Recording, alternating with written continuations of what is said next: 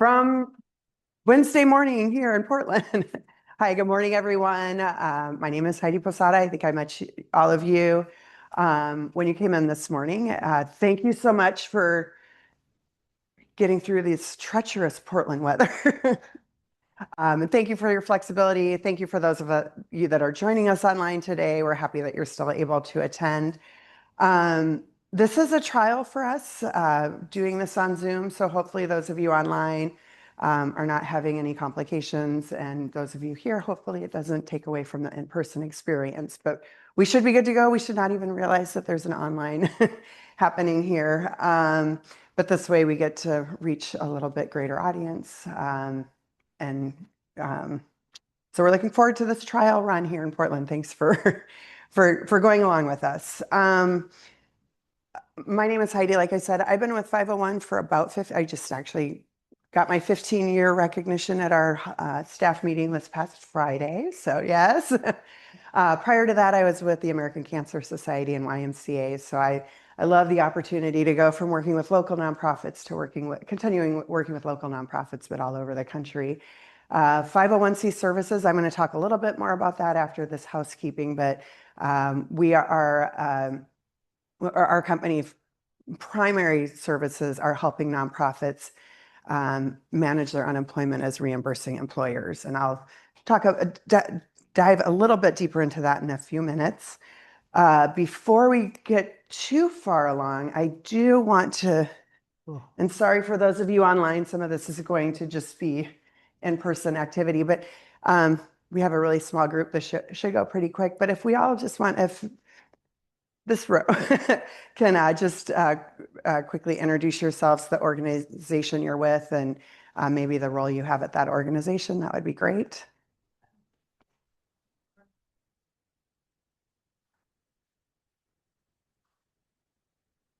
Rick, I'm with Greater Van, and I'm the HR operations manager. And Rochelle Wasilla with Neighborhood Partnerships, the operations manager. I'm Tracy with Fields Park, and I'm the HR manager. I am Jessica with Fruit and Flower Child Development Center. I am the finance director. I'll introduce you later, but you can tell everyone who you are.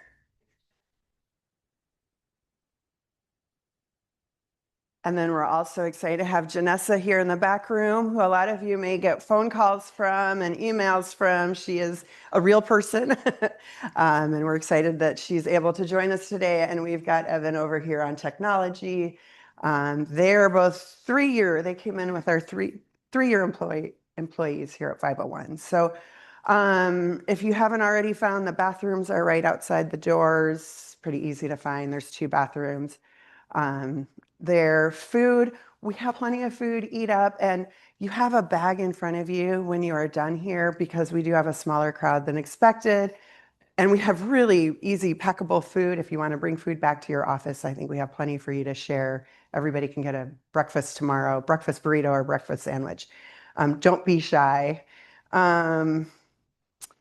Certification credits for those of you that need your credits. I believe the people joining online, Janessa will be sending those credits within the next day or two, Friday at the latest. Since she's traveling, it might take her a little bit longer, but we'll get those out to you as soon as possible. Those of you in person don't have to wait. She will hand it to you as you leave. So there are credits for HRCI and Shroom credits. So let's take a quick look just to browse through the packet briefly. And something that those of you online might want to participate in too. We come to Portland or Oregon usually once a year. We have a lot of customers here, a lot of great opportunities. We have our newest almost customer joining us from Oaks Park. They're about ready to sign. I'm going to meet with them today to pick up the enrollment packet. So, but one thing, especially those of you online, but also those of you here, we have an evaluation form in the packet. If you have ideas for other places that might be good venues for us to go to, we all, you're the locals. We find these places online. So if you have other recommendations like Oaks Park, maybe for an opportunity, we go all over the state. We do Eugene, we've been to Medford. So well, if you have ideas for other locations, you can put that on the evaluation form that's in your packet. Or those of you online, if you want to just put it in the Q&A box, that will work. Other items in your packet, we've got a brochure that talks all about us. We will talk about us briefly, but we have more information in the brochure. The PowerPoint, I did flip a couple slides around after we printed it. So if you're looking at it and there's a slide that pops up, it's nothing major, but they're a little bit out of order on here, but it should hopefully not be too inconvenient. And last but not least, if you sit here today and you think this seems super interesting, I'm not a current customer, but would like more information. We do have some customers here today, but if you want more information, we do have an evaluation form that you can complete either here or Janessa can work with you to get one in the next couple weeks.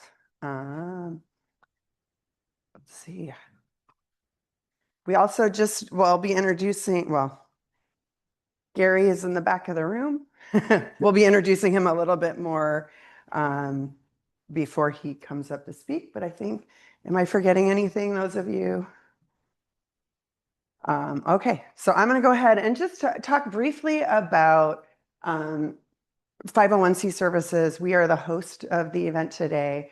Talk very briefly about what we do and unemployment before Gary gets on with kind of more the meat of today's program being managing unemployment. So a little bit of history about unemployment. I always like to start with this because it explains to us how we got to where we are today.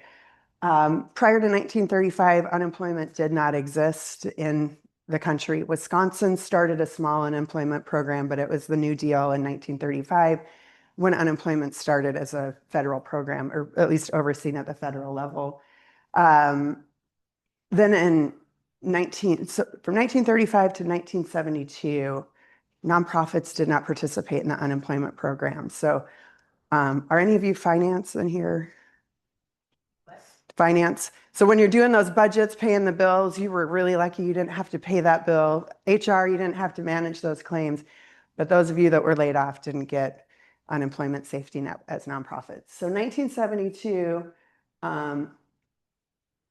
the Social Security Act of 1972 added nonprofits to the unemployment pool. But they decided, we want your staff to get benefits. We want them to have the safety net everybody else has, but we don't want to take away from your mission. There was a lot of nonprofits that clearly were not paying into the unemployment program or having layoffs. So they gave options. So I'm going to talk a little bit about the options, the option of reimbursing. First, how unemployment typically applies at the state level. If you're not taking advantage of the reimbursing option, you pay the SUI. Do you know? I know you're not because you're a customer. You right now do. Anybody else know if you're paying SUI right now? Okay. So what that means is you have taxable payroll, which Oregon is changing every year. They're increasing every year. So you pay a little bit more. And they look at your tax rate and they compare, and your tax rate is based on your experience. And it's every quarter you pay, I wouldn't say a little bit, a lot of you are paying a lot of taxes. So it is based on experience typically, but a lot of you have such good experience, and even with a low rate, with the high taxable wages, you're still paying far more into the pool than you're getting out of it. So just a little bit about Oregon. Maximum weekly benefit here is $836. That's pretty good.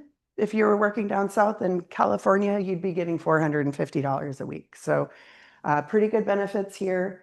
Taxable wage base is going up to $54,700, which is a 4% increase. So that means if everything stays the same for you, your taxes are going up 4% next year. If your tax rate stays the same, your taxable wages stay the same. Minimum tax rate here is 0.9%, maximum is 5.4%. And then there's an error rate. And what the error rate is the state of Oregon makes mistakes. They're busy. There's worse error rates. Do we have them? No.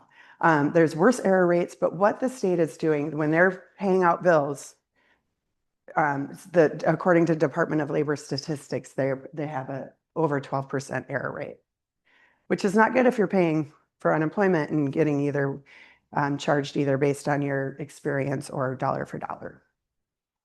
Any questions about just the regular SUI? Okay, so the other option, so that's the merit rated option. The other option is reimbursing. Reimbursing is what 99.5% of our customers do. They've elected to reimburse for their unemployment. What that means is you're only paying dollar for dollar for your claims. It's available to nonprofits, government entities, and to Indian tribes.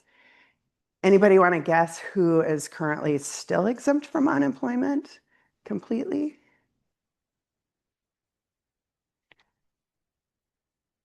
Churches. So if you work for a church, you don't get unemployment, but you also don't pay it if you're, that might be changing, but right now that's the rules for churches. What it means to reimburse, it's pretty seamless. It means, and why we're here today in December on this glorious day here in December, you have until January 31st to make a change. So if you are currently paying taxes and this is something you'd be interested in, the state of Oregon gives you until January 31st to make that, to opt out and make that change. So, so here we are in December, just letting you know if you want to have a cost analysis done, you can. But it's a very seamless option to take. So instead of paying taxes, you're just paying dollar for dollar. And primary reasons people do it: save money, better steward of donor dollars, and it helps you avoid hikes like those taxable wage hikes that the state of Oregon has done pretty regularly. January. Yep. Yep. Any questions? Yes. That's a great question. So it's kind of like any kind of insurance. The state at the end of the year looks at what your claims were. So if your claim should have been $400 a week, but the state gave them $500 a week, that makes it look like you had worse experience, and then your tax rate could be impacted by that. Anything else on? Okay. Are real experts in the back of the room. So yeah, it's a big experience rating. Yep. So just a quick overview of our company before I hand it off to Gary. Again, our company is called 501c Services. We were founded in 1982. We originally started with a California arm and a Oregon, Washington arm. So we have quite a few customers up here in Oregon and Washington. We do work in all 50 states. So if you happen to have employees in multiple states, we can certainly work with you. A little bit, we do have strong ties. Does anybody know anybody up here by chance? I know Dennis used to do a lot of, he used to help us with these speaking engagements when he was with us, and I know he's pretty well known, but you might, maybe if you don't know the actual people, you might be familiar with some of the organizations. Craig, I believe, is currently still with on our board of trustees. But just shows you a little bit about the engagement we have here in Oregon, even if we did fly up from San Jose and think this was really scary weather. We have a question from online, which will probably pertain to me coming up there soon, but can we repeat the questions that they pose so online can hear? Oh, okay. Yeah. Yes. Okay. Thank you. Again, we're learning. So just a quick, I don't want to take up too much more of Gary's time, so I'm just going to go through this very quickly. The services that if you were interested in joining us, or if you're a current customer and don't know all of the, I don't know if any of you ever get that thing from Amazon of all the services they have and what you're actually benefiting from. We want to make sure if you're a member of 501c Services, you know all the programs we offer. Claims management is a big one. If you are reimbursing for unemployment, we want to make sure that you get audits so that you're not impacted by those state overpayments. Also fighting claims on your behalf if someone does file for unemployment that you don't think should benefit from it. HR services, we have unlimited access to HR consultation, as well as trainings like this. Sometimes our HR team does trainings like this also in person, and a lot of webinars. They do about 70 webinars a year. Outplacement services, if you do lay off anybody, We provide the outplacement services for you so that our goal, like you're laying someone off, you say, here's this package. It gives them a little bit of a safety net when they leave. It also hopefully helps them find a job faster, so you're paying fewer weekly benefits for them. So, and then we also have different levels of insurance protection, and the 501c agencies trust part of us that you might also see in some places in writing. We have members put money into the 501c agencies trust, which is a savings fund. You can build it as aggressively or non-aggressively as you want, but it's basically a savings account or investment account dedicated to just paying for your unemployment claims. So, and if you are interested in learning more, if you're a current customer and want to learn more about those services, we can certainly set up a follow-up call or talk with you after. If you are interested in our services, we'll definitely do a deeper dive when we do a proposal for you. So, oh, Gary, you don't get another picture. Oh, no. So now I'd like to introduce my good friend and coworker. He, this past week, got his 20-year recognition. So we've done a lot of trips together, a lot of briefings together. This is Gary Casey. He currently lives in Stockton, California, and does the commute into San Jose. He's going to get married someday soon, we think. That's the plan with him and Stephanie. Engagement. Yes, that's always been the plan too, but we're super excited to have Gary here, and I'm going to let him take over the meat of the presentation now. Cool. Thanks, Heidi. So I will attempt to go over unemployment world and ways to strategize through documentation and so forth to kind of not necessarily help prevent any unemployment you have to pay, but attempt to make sure only necessary dollars go out the door and you're not paying employees that maybe should not receive unemployment and so forth. Very informal. Any of you here in the group, of course, any questions, feel free to ask me. And hopefully I have the answers for you. And online folks, just type it in the Q&A and Heidi will see that and get my attention and hopefully address your questions as well. So unemployment, when it was established, of course, in general, is to provide assistance to people losing their job through no fault of their own. And some of the eligibility requirements to obtain unemployment, individuals should be able to work, available to work, and actively seek work. That's basically the rule of thumb, available and seeking work. Some other additional requirements where it says meet the state's monetary requirements, typically those are very low anyhow. Rule of thumb, anyone that works for you, you start to have some liability and unemployment. Although the shorter time frame they work for you, the less potential liability you'll have, which we'll get into a little bit in depth here in a few slides as well. And then finally, as I mentioned, be unemployed through no fault of their own. That's the spirit of the law for unemployment. Not intended to pay individuals that committed gross misconduct and detrimented your organization, but it's intended for people if there's a lack of work or maybe it didn't work out for them, it wasn't a good fit. And we'll also get into a little bit on how to get employees to fall into certain buckets when the state looks at whether they're going to pay unemployment or not. One other thing that's occurred over the last several years is UI integrity and compliance. 10 years ago or so and prior, organizations didn't have to respond to all unemployment claims. Let's say you did lay someone off, it was a lack of work, so you know they should receive unemployment. You see that claim come across your desk, you would just ignore it and the state would begin to pay them.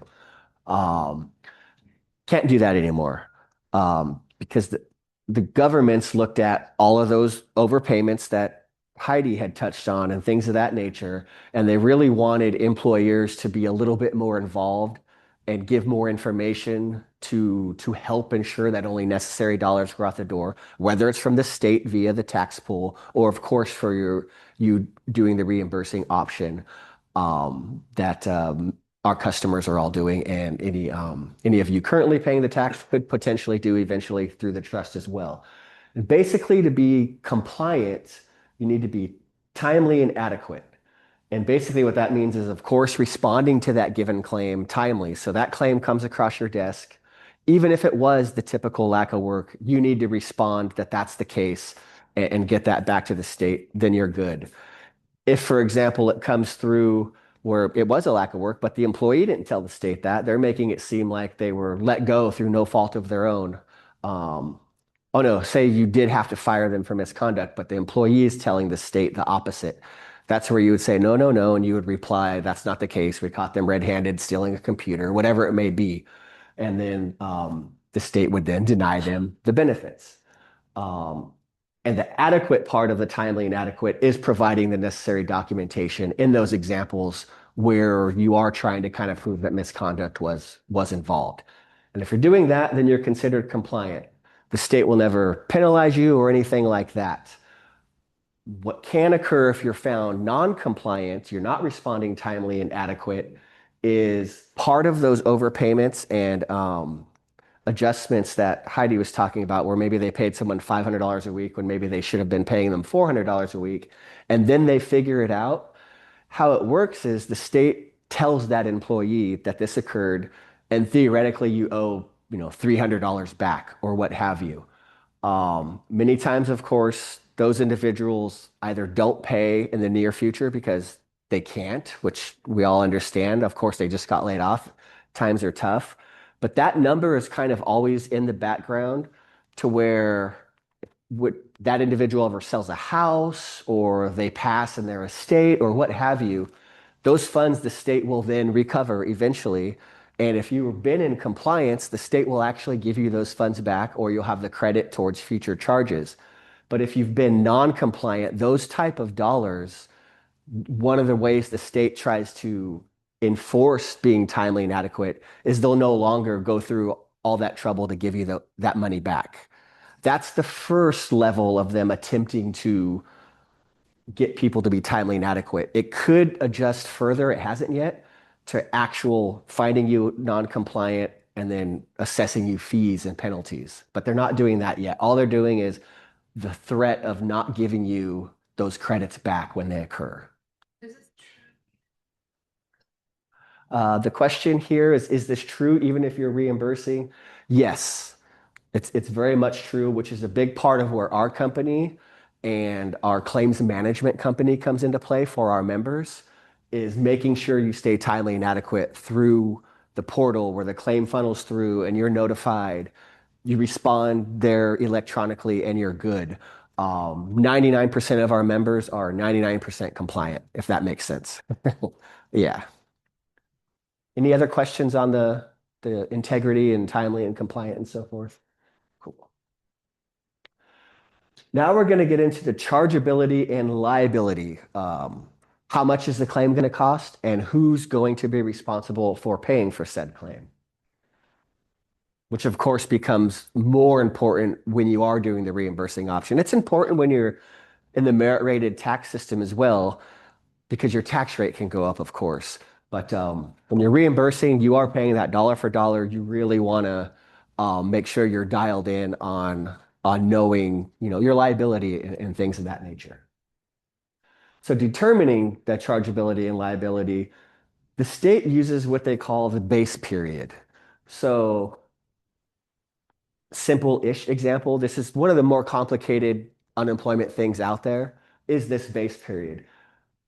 The way it works is someone files for benefits. They file through the state just like they would whether they're from an employer that's paying the taxes or a reimbursing employer.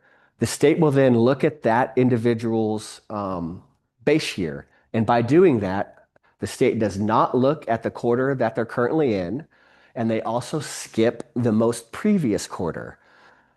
Then they'll look at the 4 quarters prior to that. Those 4 quarters are called the base period, base year, however you want to say it.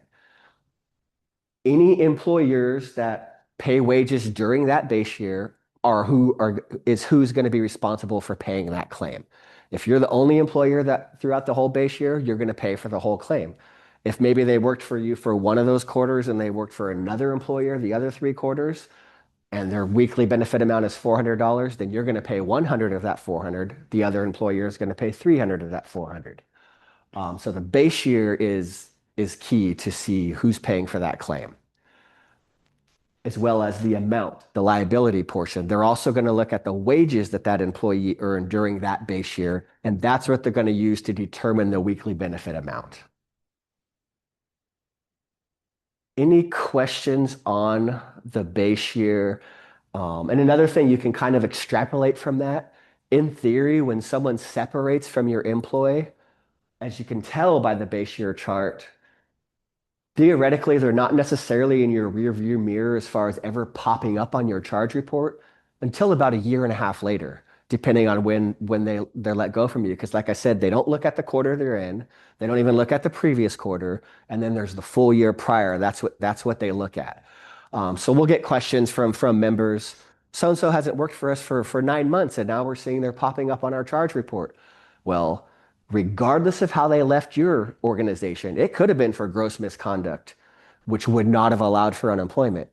But then they can gain employment elsewhere, and they can lose that job through no fault of their own, file for unemployment. All the state's going to look at is the reason for separation from that last employer to determine yes or no. They're going to determine yes. Then they're going to go back and look at that base year, and you're going to be on there for a quarter of it or what have you. And then you'll start to receive those charges. Yes, question. Once they get past that 4 quarters back, they sort of fall off our radar because we would no longer be liable because they've gone too far out into the future. Correct. The first part of her question was once they fall out of that 4-quarter base year time frame and you're moved beyond that, then yes, they would fall out of your liability. To be, I can remember part 2. Sorry, I should have let you keep going before I jumped. I didn't want to forget the first part. That's why I did that. Alrighty. So the second part we got to come back to in a moment. So yeah, that's the tricky part that a lot of people have some trouble with, and I understand. I've been doing this 20 years, as Heidi mentioned, and it still has its little intricacies associated with it. Part 2 was Part 2. Gotcha. The amount that they can get paid looking forward from the time they are let go from you as an employer. How long do they have to file?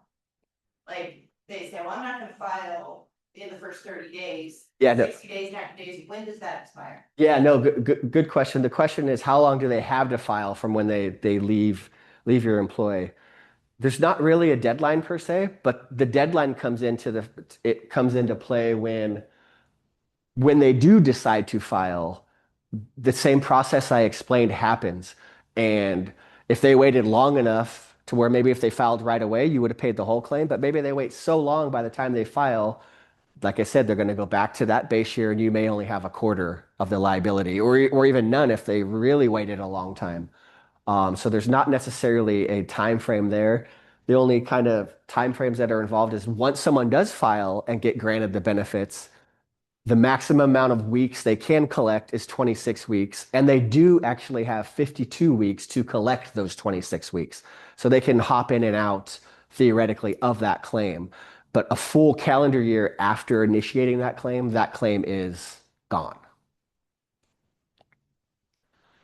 And here's an example pretty much of the base year. And if there's a few companies involved and the amount of wages they paid, you can see when they file the claim and then the lag period that they don't look at, and then a little bit of what company A still had and B and C. Kind of a real world example to see what you would pay on a claim in this example. And the reasoning, it's good to know too, just as an FYI, it doesn't really affect much. But the reason the state does the base year method to determine how much they're going to pay and who pays for it is because they want to have complete, accurate wage data. If you think about it as an employer, at the end of each quarter, you have about a month. I don't know if it's a month or a quarter, but after that quarter closes to submit your quarterly wage report to the state. So the state's gathering data on all these social security numbers and what they've been earning.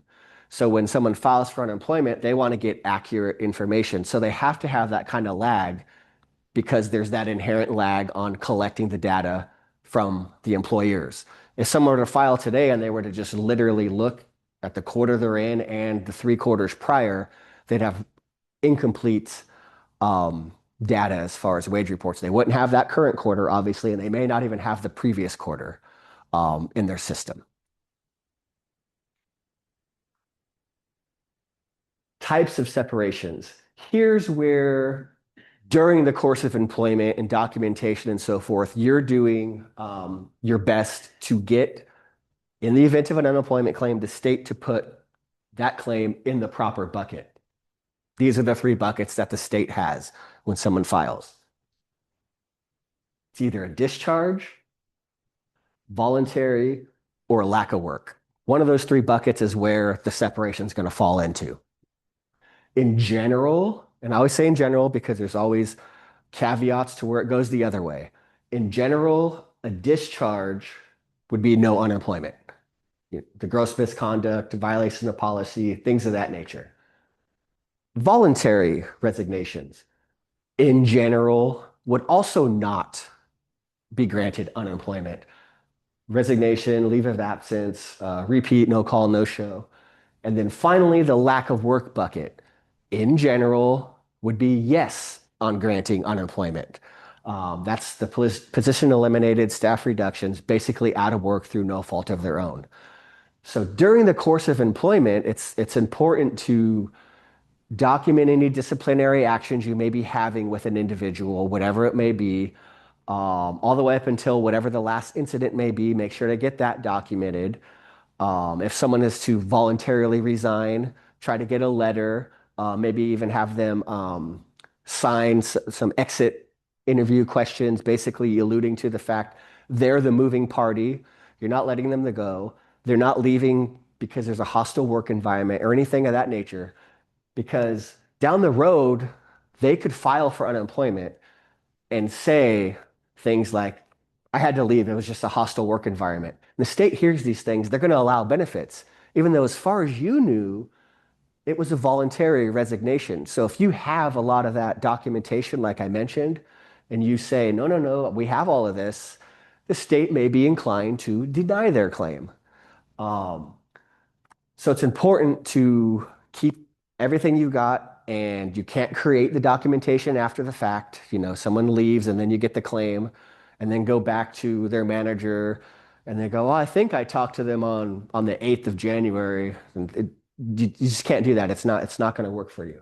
So you want to do your best during employment to get it to where when they file, the state's going to throw it in, for example, the discharge or the voluntary bucket, and they'll be denied the benefits. But if you don't have the proof, so to speak, they're going to go with the employee and pay them the benefits.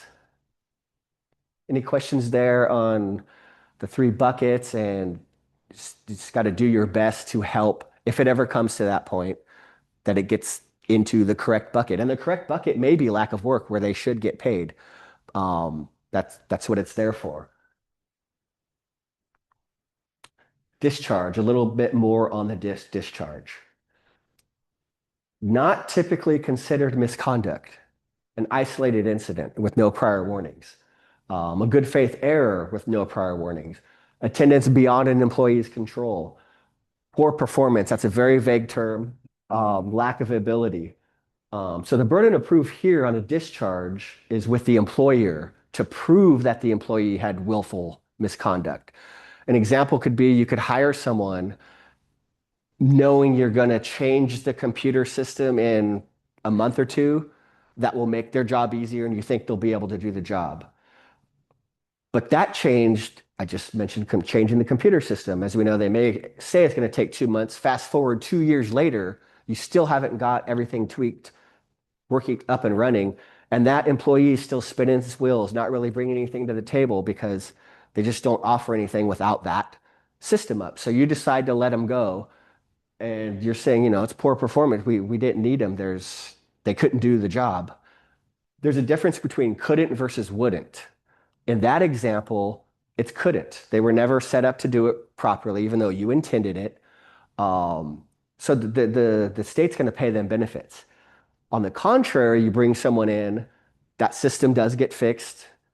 They're working 2 years, 3 years, 4 years, however long. Excellent work. Nothing's changed. And then all of a sudden, their performance goes down.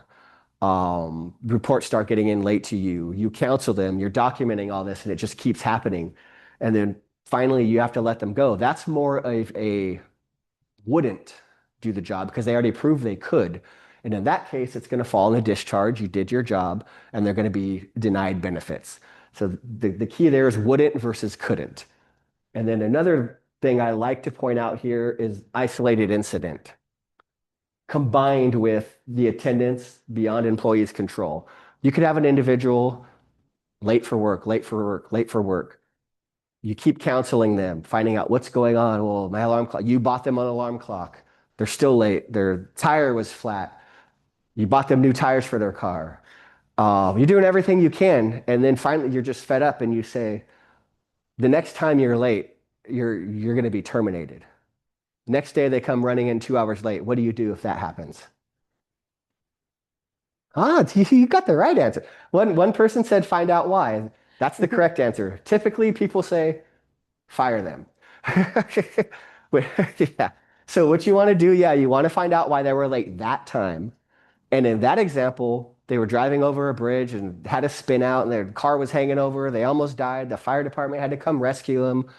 It's all on the local news. They're like, what can we do for you? Get me to work. I'm going to get fired. So if you took the time to ask them that and it was verified, you could verify all that, you don't terminate them off of that. I mean, you can, but the state's going to give them unemployment because it's the last incident that matters when the state's looking at unemployment. Now, you can have the last incident coupled with all the previous documentation to get it kicked. So if he came in 2 hours late and he didn't have a real good reason like I laid out there, let's say he was just like, oh, I overslept again or something like that, you can terminate them coupled with all your previous counselings with them, and the state's gonna most likely deny. And I always say most likely because, like I said, you'll find examples both way. They allow, they deny, that there will. All you can do is your best to help sway it in your favor to get it in the right bucket and the right decision for you.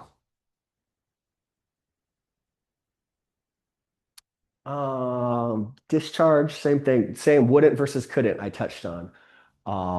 You got to demonstrate the worker and the ability and had the ability and then focus on the policy violation that showed they're kind of willfully disregarding your best interests. And that's the definition of misconduct.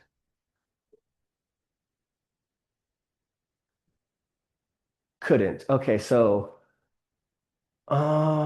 separate early. Oh, that it's just a little advice.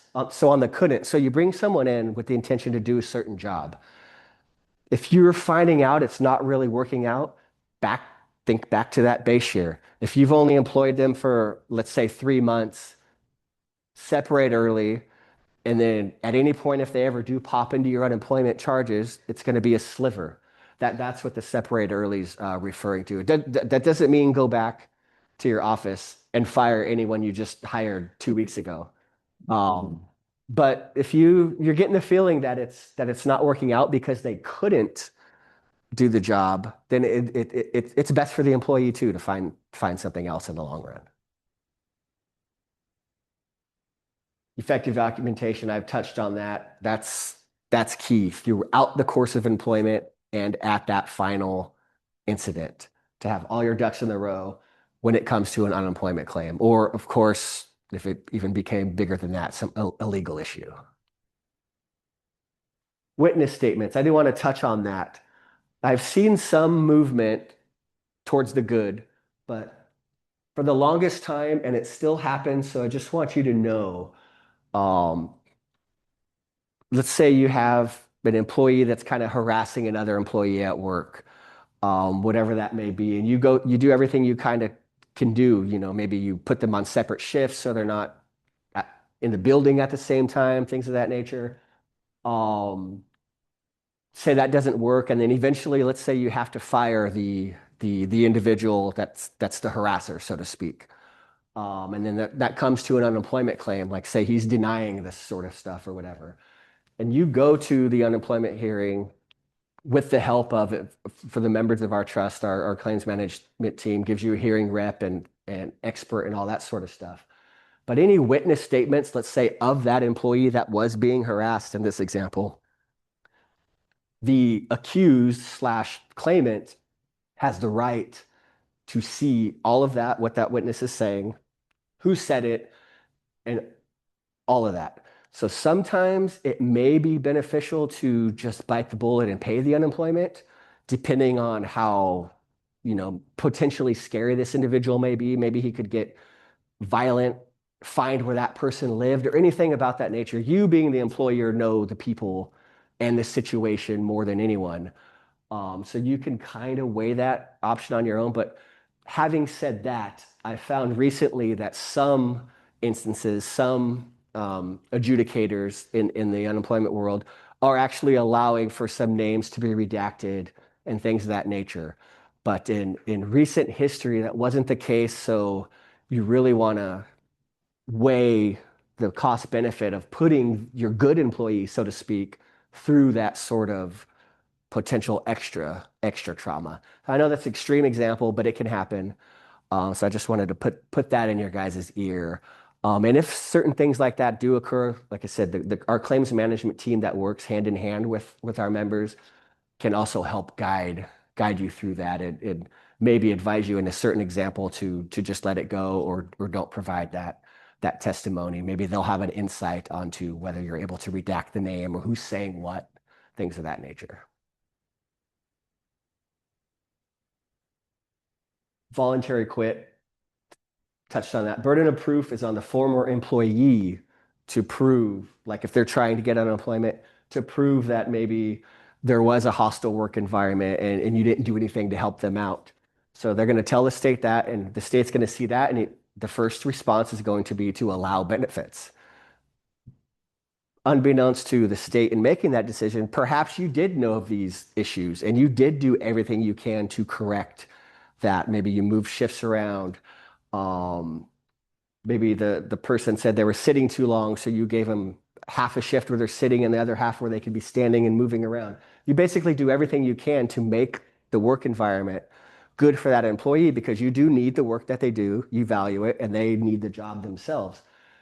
But sometimes an employee will still just leave and say whatever they need to because maybe they know the game. And so they're going to say the hostile work environment, and then the state's going to allow. But if you then, as the employer, have a lot of backup information that you've tried to help this individual, then you have a lot better chance to perhaps get that individual not to receive the unemployment benefits. Yeah, same thing. Get the reason provided by the employee. So if they don't mention any of this hostile work environment type stuff in their resignation letter or things of that nature, then you have that. You say, look, Mr. Adjudicator, they said they were voluntary quitting because they wanted to spend 2 months in Europe or whatever it may be. And you'll have that. Did you have a question? Yeah. Self-reimbursement. Uh-huh. That files your claim, you start paying against the claim, then there's some sort of investigation, maybe 60 days down the road, and it turns out that we're going to deny it. We already paid dollar for dollar. Who's responsible for getting that money back? Yeah. Okay, good question. So the question was, if you are a reimbursing employer, so I'll just kind of go through the process of how it works, and it's going to answer the question for the most. So your reimbursing employer, individual files for unemployment. Based on them filing, the state's going to initially say allowed or denied. But at the same time, you as the employer are getting notified of this claim. Sally Smith applied for unemployment. They're saying it was a lack of work. You, even as a reimbursing employer, and especially as a member of the trust in conjunction with your claims manager, claims analyst at the Thomas & Company, our claims management firm, will respond to that claim with, no, it wasn't a lack of work. It was actually misconduct. and here's the documentation showing the 4 warnings and then the final incident. So you provide all that. And that all happens, it goes back to that timely and adequate responding. That all happens fast. Typically before monies start going out the door. And so the claim would get denied in that example. But part of our question was because then it can happen, maybe a week or 2 or 3 or what have you do go out the door to that individual before it's finalized that no, you should not have received unemployment. That bucket will stop. Excuse me 1 second. I can't see anything to get rid of the X. Oh. And where was I? So they'll stop paying them. Let's say they paid them out 3 weeks of 200 each. They will stop paying them because they're denied the benefits. Back to what I talked about earlier, they'll try to recoup the funds from that individual, and if and or when that does occur, you would get the money back. And it works the same way if you were in the tax system. It would go back to showing you had $600 less of charges than it actually thought, so your rate might not go up or what have you. So that's part of a big, thank you, Janessa, for fixing that. That's part of a big benefit for our members is working with Thomas & Company, the claims management firm, to always get responded to quickly. And when the state can still make errors. We could provide everything to get the claim denied. They can say it's denied. And for some reason, the state may keep paying the individual. That's also what Thomas & Company has a good system in place to cross-reference claims that have been denied, protested, denied, favorable towards our members. If they see dollars go to those individuals, they jump on it and tell the state, try to recoup the money, and things of that nature. That all goes into that kind of error rate that Heidi touched on earlier. But we, in conjunction with the claims management team, do everything humanly possible to prevent as much as we can. But as you know, we're dealing with state agencies, and yeah, so everyone's laughing and smiling, as people online probably even are. Yeah. But we go to bat for you all day, every day as best we can. Did that answer your question? Yeah. Oh, and when claims go all the way through and get a hearing, for example, that means one side or the other was not agreeing with the initial decision, and then it got protested all the way up into a hearing. And our win rate when it's in the hearings is in the high 80s. I want to say 88%, something like that, with regards to how the claims management company works at those hearings. Now, of course, they need the help of the employer too. If the employer doesn't have the documentation, it doesn't matter how good at the job your claims manager is. It starts with you, but we make sure that what you do benefits you. Yeah, voluntary quit, same. We were touching on that. Gary, here in Oregon, the win rate is 82%. Yep. So yeah. Yep. So here in Oregon, 82% win rate. And that jives. I used 88 as an overall figure. Oregon would tend to side with an employee a bit more than some of the other states. So that makes sense. Lack of work. We can all agree that's what unemployment's for. No one, especially in the nonprofit world, is going to necessarily disagree with or try to get someone denied unemployment benefits if it is a straight lack of work. That's what it's there for. But what you can do, I know, for instance, the amusement park, you have a lot of seasonal employees. You use students, which is great. That's a way to help keep your unemployment down as well. Going back to you've got to be available and actively seeking work. If you're leaving, working at the summer for the amusement park to go back to school, you're not available to work full time. You're not necessarily looking to work full time. That in and of itself kind of prevents all of those individuals from collecting benefits. So it's a good practice to do that when you can use students or people that are going to go back to work um, in another field or what have you. Um, so yeah, another thing just to touch on here, many employers will think if you bring someone in, and even if they sign stuff saying, we understand this is we only need you for 1 year or what have you, it doesn't matter that they sign something like that and the 1 year's over. That doesn't mean that they can't go and file and get granted unemployment. Because regardless of whether it's known by both parties that it's a 12-month gig, so to speak, it's still a lack of work when that 12 months is up and they can go file for unemployment. But in that instance, once again, if you can, hire someone for that 12-month contract that you kind of have a hunch that they're going to go and get another contract right after or what have you. That can help. I mean, you might not know that at the time, but if you have two candidates and for whatever reason, you kind of know that person is going to get another job after, or maybe they're going to go back to school and the other one complete opposite, then hire the one that you're pretty confident that's not going to stay unemployed after your contract ends. Just little things like that could help save you money too. And when you have part-time or on-call folks too, it's important to document all the hours you're offering them, the hours they're refusing, especially because sometimes they'll file and then you can show, well, I've offered them, they weren't working Wednesdays and Thursdays. 5 times I've offered them that they can come and work Wednesdays and Thursdays, and they've denied it. The state's all, oh, they didn't tell us that, denied.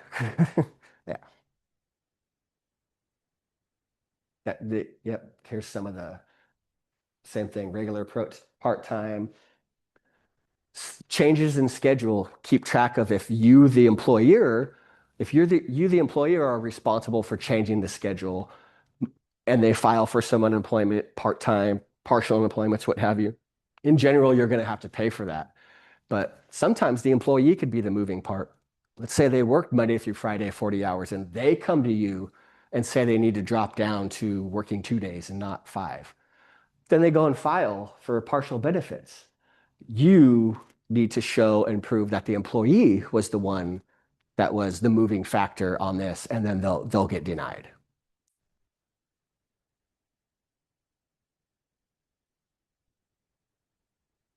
Tips and strategies for the lack of work claim. Same thing. Are they accepting all available hours? Document those offers and refusals. Office hours to those who have filed claims first. That's another good thing because you get your report seeing who's collecting benefits, and then maybe you have work open up. It's a good idea to try to get that person, if they were a good employee for you and you'd want them again, of course, reach out to them and try to bring them back. That'll stop that unemployment. You'll get the employee you need, as opposed to going out and getting a brand new person to do that job, where maybe you can find someone that have already filed claims and you could bring them back. Severance. So Oregon does not typically recognize severance pay or dismissal pay as wages. So whether it's paid in a lump sum or over time, it doesn't necessarily reduce the amount of benefits someone can get for unemployment in the state. But one thing that's very important to know, and whether it's your payroll company or yourselves, but if you do give someone severance, whether it's a lump sum or over varying times, within the wage report, don't code that as subject wages. I don't know exactly what you'd want to call it. You'd want to probably talk to your accounting or a payroll specialist, but you don't want it to be normal subject wages, the kind of money you guys get every 2 weeks or however your payroll works. Because what can happen is down the line, if they're filing a claim for whatever reason and they look at that base year we talked about, and let's say you gave them a $10,000 severance when they left, and that happens to fall in that base year, if you put it under subject wages, it's going to look like they worked for you and earned $10,000 during that base year, and you're going to pay unemployment on that just because you coded it the same as all the other wages. So it's important to not code any of those types of payments as subject wages. Yeah, Heidi. We have a question from a conversation previous slide. What happens if the employee requests the hours reduction, but it is tied to ADA? Do they still receive benefits?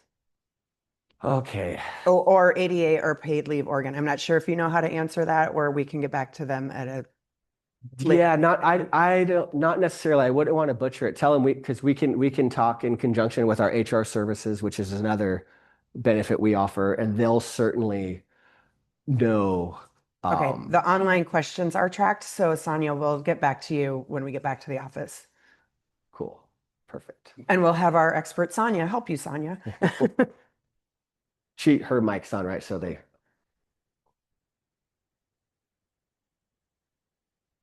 lot of fun stuff there. I hope I didn't put you guys to sleep. Before the good stuff, the Littler presentations are always nice. I enjoy those.